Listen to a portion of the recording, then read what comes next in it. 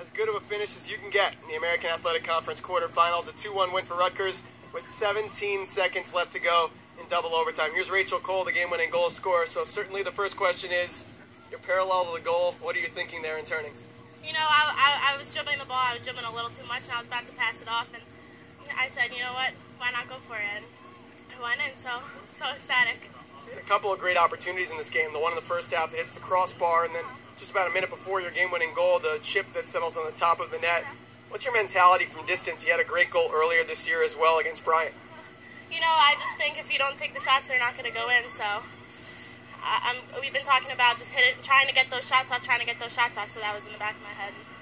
Tried to get it off. First conference semifinal for the program since 2006 when your assistant coach Megan Ryan was a captain here. What does that mean for this program? You know, we just all been working really, really hard. We really, really wanted it, and there's nothing better than a win. So, Rachel, congratulations on the result. Thank you. Now joined by Glenn Crooks, the head coach of the Scarlet Knights. And Glenn, I mean, that's as good as it gets for an ending here in college soccer. 17 seconds left to go in double overtime. How about the overall play of your squad?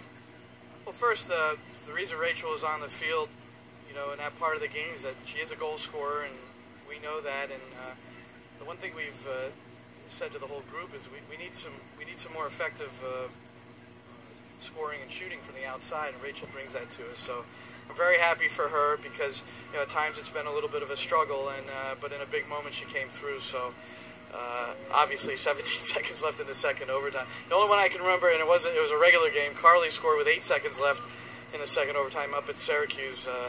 So it's a thrilling finish. Second half was a bit of a struggle. I really enjoyed the first half, but we managed to hang on and stick together, which has been our credo all year. And the opportunity to go to the Final Four of the tournament is big. And I know certainly RPI-wise, probably a huge win as well for you, because a draw there, you go to PKs, it ends up in a draw in your RPI column. And moving on here, your defense, tired legs late in the game. They stand pat. How about the keeper behind them, Jess Janos? A couple blind saves there late in the second half. Yeah, I probably didn't have a good view on a couple of them, but Jess came up big, as she has all season. You know, this is, you know, every game from here on could be her last, along with Janelle, Trish, and Maria. So, you know, there's you can tell with all of them, there's a little extra energy. 110 minutes has kind of been the thing at your Sac Field the past few years, and playing a lot of overtime games. That mentality here late in contest to go push for that final goal, how did you keep everyone focused there after giving up the 79th minute PK?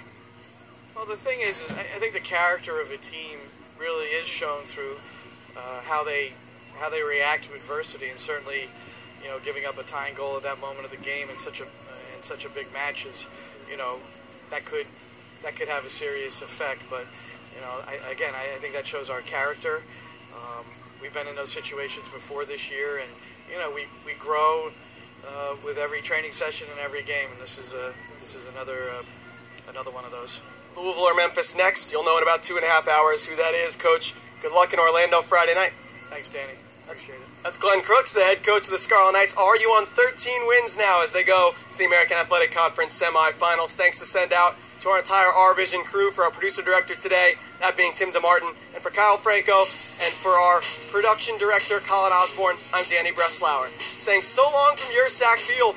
Rutgers, a brilliant 2-1 win in double overtime in the AAC quarterfinals.